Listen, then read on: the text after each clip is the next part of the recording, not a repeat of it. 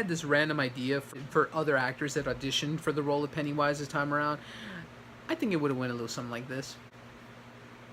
Hey, Georgie, you'll float down here. We all float.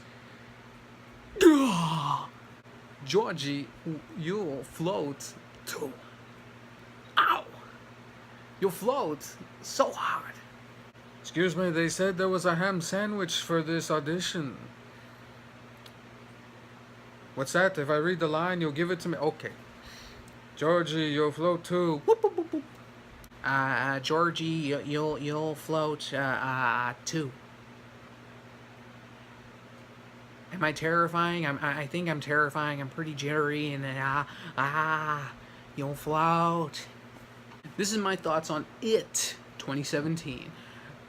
First off, Bill Skarsgård as Pennywise, not too bad, pretty solid. He's very creepy, creepy's the word. Yeah, creepy as fuck. The kids in the movie, fantastic. The Losers Club couldn't have been brought to life better than these young actors right here, right now in this generation.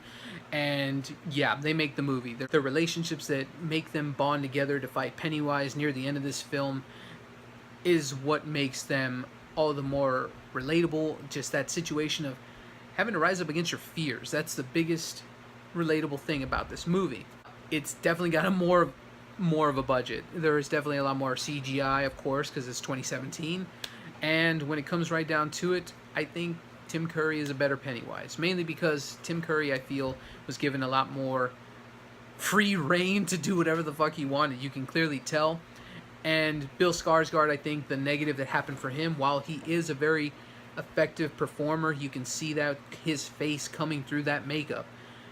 The CGI is what, to me, killed the vibe of that character this time around. Too much CGI, all this just contorting and all this weird shit. I think that just depleted a lot of the scariness. Less is more. Overall, I can't compare it too much to the original miniseries because, again, that was a miniseries made for television. Lackluster budget, very mediocre at best from what I remember. I have not revisited it, but I hope to very soon, especially coming around Halloween month.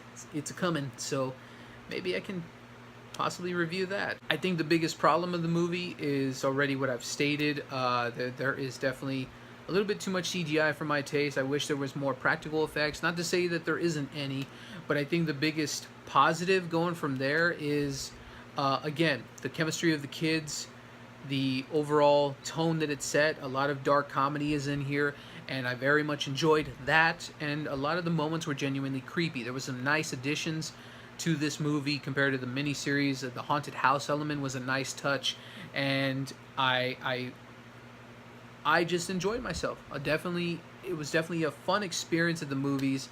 I highly recommend checking it out in the theater just to have a fun time with the crowd, and you just can't go wrong with that, especially for finding a good horror film. Is it the best horror film of the year? I don't know. I haven't seen that many horror films this year, but overall, it's not a bad flick. I'm very curious as who are they going to cast to be the adult counterparts, because there is a release date officially. I believe it's September 2019 that this is going to be released for It Chapter 2, so that is going to be awesome. Definitely can't wait. I'm looking forward to the next one. So that is my quick thoughts. Hope you enjoyed this type of formatted video. A little bit quicker than I'm used to. I prefer to have more dialogue, heavier reviews. But again, if you enjoyed this type of review, let me know in the comments below. I'm always open to criticism, how I can keep improving myself. Thank you so much, ladies and gentlemen, for tuning in. I'm Anthony Flores with Worth a Watch, and keep going to the movies.